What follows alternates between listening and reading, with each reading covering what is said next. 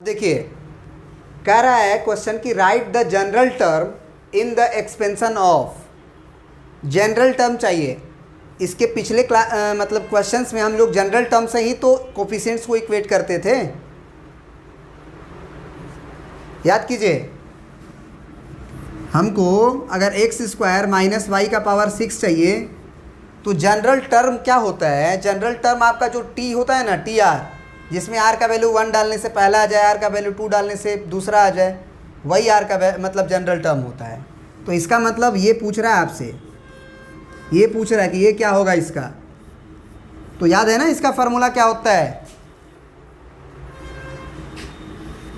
बोलिए। सी के नीचे क्या लिखेंगे? अगर आर प्लस 1 है तो क्या लिखेंगे? एक कम लिखा जाता है, आर प्लस 1 है तो आर लिखेंगे, ठीक है। और यहाँ पे आप जानते ही हैं कि 6 होता है, 6CR, और 6CR लिख गया तो ये मालूम है हमें कि पहला पे पावर क्या जाता है? एक्स स्क्वायर का पावर, दोनों का डिफरेंस, और जो माइनस वाई होगा सेकेंड टर्म, माइनस वाई होगा, याद रखना, प्लस वाई मत लिख देना, है ना, माइनस वाई, और सी का लोअर सफिक्स हो जाएगा। वो डिपेंड, ये माइनस बाहर आएगा कि नहीं आएगा, वो डिपेंड करता है कि आर क्या है, इवन है कि ऑड है। तो जनरल टर्म में तो भैया ऑड इवन दोनों वाला बोल रहा है ना, क्योंकि जनरल टर्म में तो आप 3 भी डालोगे, 4 भी डालोगे। तो फाइनली आप देखोगे ध्यान से, तो क्या हम लोग इस माइनस वाई का पावर आर को माइनस 1 का पावर आर लिख सकते हैं ना?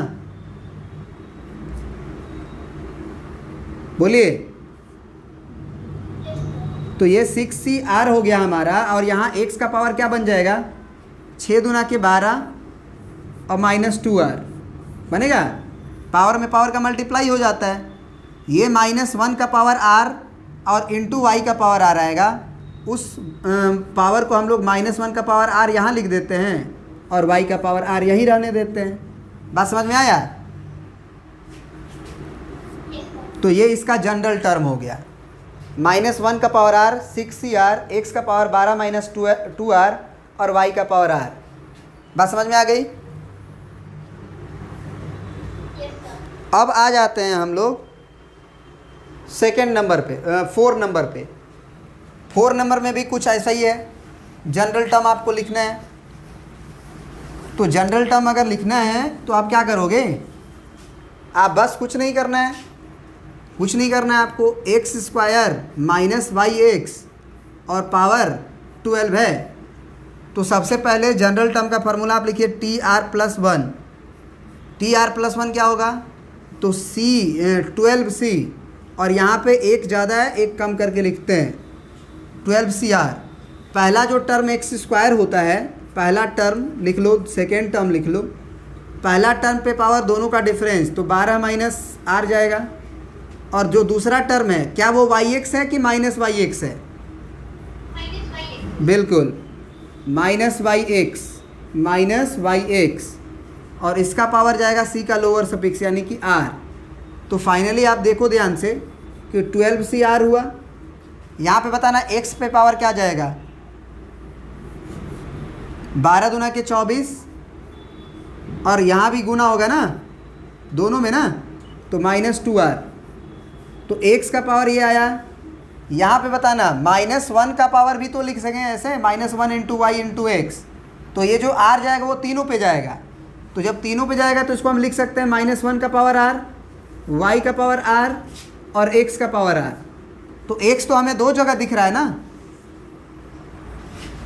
तो x को हम एक साथ कर लेते हैं। -1 के पावर r को पहले एक साथ कर लेते हैं इधर शुरू में, ये क्योंकि ये कांस्टेंट वाला टर्म है ना, क्योंकि ये कांस्टेंट वाला टर्म है, उससे माइनस आएगा चाहे प्लस आएगा। तो कांस्टेंट वालों को एक साथ कर लिए, और x का पावर क्या होगा हमारा? यहाँ से 24 माइनस 2R है, और ये x का पावर r है, जुटेगा। तो क्या हम लोग लिख सकते हैं 24 माइनस R केवल, क्योंकि -2R और प्लस R माइनस R होगा, और y का पावर r। समझ में आई बात? तो ये हमारा जनरल टर्म हो गया।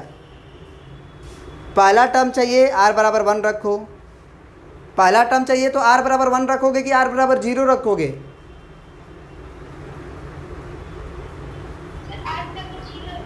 क्योंकि 0 रखेंगे तभी ना T1 नज़र आएगा।